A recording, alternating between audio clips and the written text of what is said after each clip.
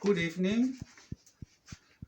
You was probably wondering already a while, what is a myamazon bread? And I will explain. It's of course a bread to which we apply the 14 leadership principles, because as we all know in Amazon, this is what we apply to everything we do. Our job, going to the toilet, kissing your partner, whatever you do. So also when we make a bread, first of all, the invent and simplify principle is we use 4 ingredients. Don't start to mess with oil, butter, wine. Everything is possible, nuts, but we keep it simple.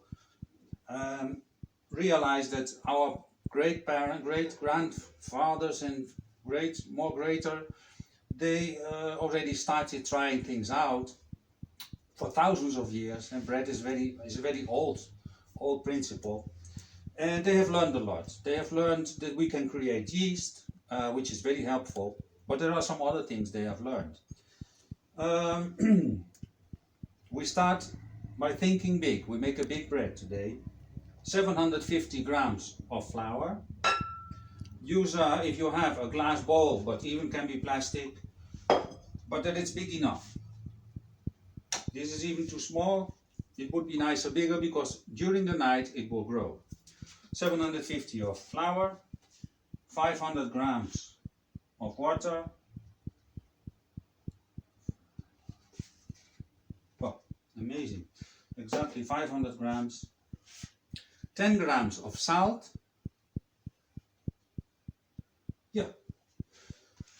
4 or 5 grams of yeast, can be even less if you want, because we don't want to put too much yeast. What we prefer is not to let the bread rise so fast and be in a hurry. The bread, most of all, needs time. This is what we have learned during generations due to the learn and be curious principle, that bread likes time. It doesn't want to be in a hurry. So then you have this. You see, a messy, watery, blubbery mix. So what the bread likes is, in the beginning, not to be manipulated too much. It likes to be treated with respect, with care. So you make like a sensual, with one hand, massage, until you get like a bowl of a bowl. Yeah, then it will look like, more or less, this is why you use one hand, you can see already, with the other you can clean yourself. Then you will get more or less something like this. You see a sticky mess that you wonder how that has to become a bread, but it will. So we let it rise very slowly during the evening. You see, this is a bigger bowl, much better, because it will grow. And we cover it and we let it rest. So we go to sleep, the bread goes to sleep, and we see each other in the morning. So here we are the next day. The bread grows somewhat during the night, and we take it out from where it was, and because it has been stretched during the night itself, we help it to stretch more.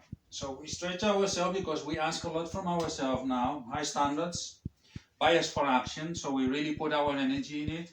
It's not like kneading, now it's really, we go for it, we kick some ass, we slam it down each time, and we try to capture some air, you see? So you just throw it over itself.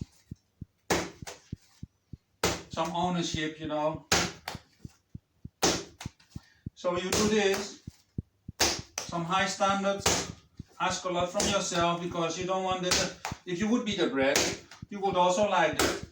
Then you are helped, you know. The bread doesn't have to do everything by itself. So you help it to stretch. You can slam it during, well, at least 5 minutes. Put it in the bowl again. You cover it with a cloth and you wait 1, 2, 3 hours. It doesn't come so precise because we did not put so much yeast, so it grows slowly anyway.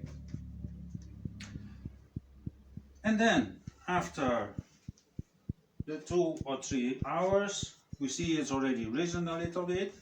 So we want to take it out from the glass and to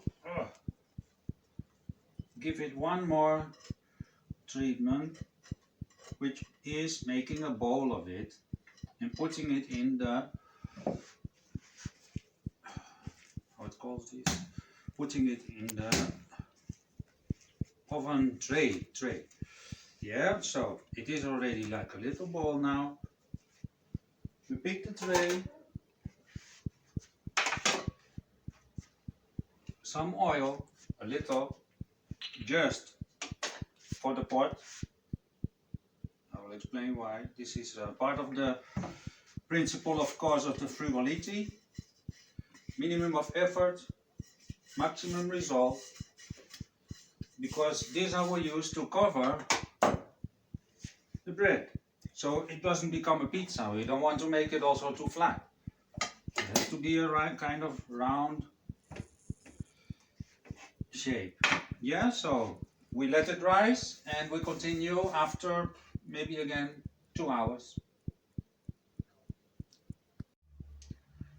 And because after all the day not eating anything, we want to make the bread. We are ready to take off the glass. Now you understand why I put some oil in it so it doesn't stick too much. We pick some flour again and make sure that it doesn't go too flat, so the sides you tug in like this more or less. You spread flour on the bread because we want to make some cuts. And it looks beautiful also when you take out bread from the oven. We want to make some cuts with a knife. Don't be too worried, you can cut deep.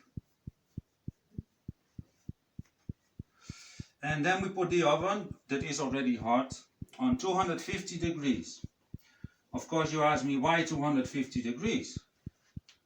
And the answer is, leaders are right a lot, so just trust me, 250 degrees it has to be.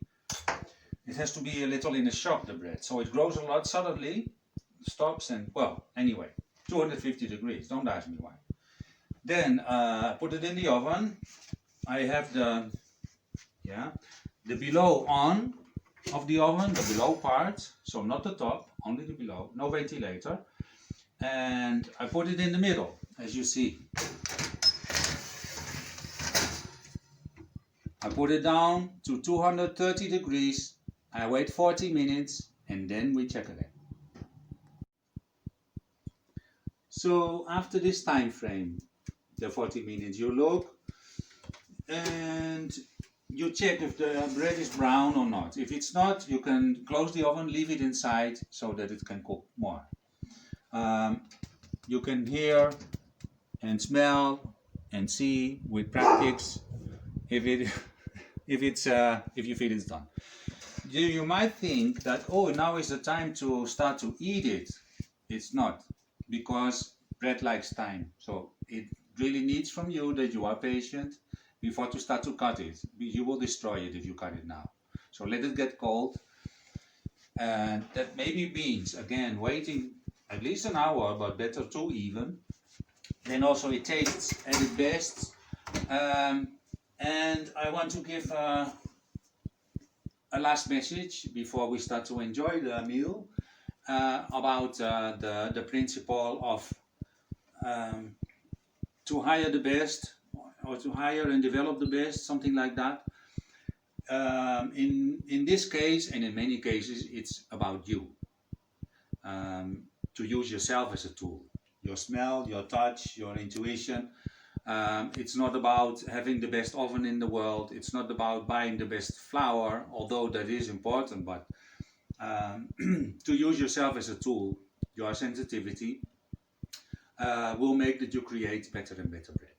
And this is in all the areas of life. I think the three Ds are important to deliver results. What you need is to disagree constantly with who you are, to become better in whatever. Be more authentic, be more sensitive, be successful, whatever it is that you feel can make you better. So, and for that you have to dive deep inwards. That's my spiritual message before we start to eat my juicy bread. Looks good, huh? Liz? Yum, yum, yum. So, with this image, we start the last piece of video, and it is to show that we still will not eat the bread, but instead we will ask two volunteers. They are waiting in the living room, two objective volunteers, to feel the bread, to look at the bread, to taste the bread, to listen to the bread, and to give their opinion. Well, these volunteers are experienced, so they also know that bread likes time, so they are patient. They can look at it. Yeah, you look. You also can smell. Yeah. And then we will start to feel and taste. Yeah. Yeah. Yeah. Come on. Well, she's a little in a doubt about this bread. It's not maybe perfect, but well, it's eatable. Let's see. Well, not bad. Just it could maybe be better. So we will make a next bread tomorrow and see if it improves. Bye girls. Bye boys. See you next video.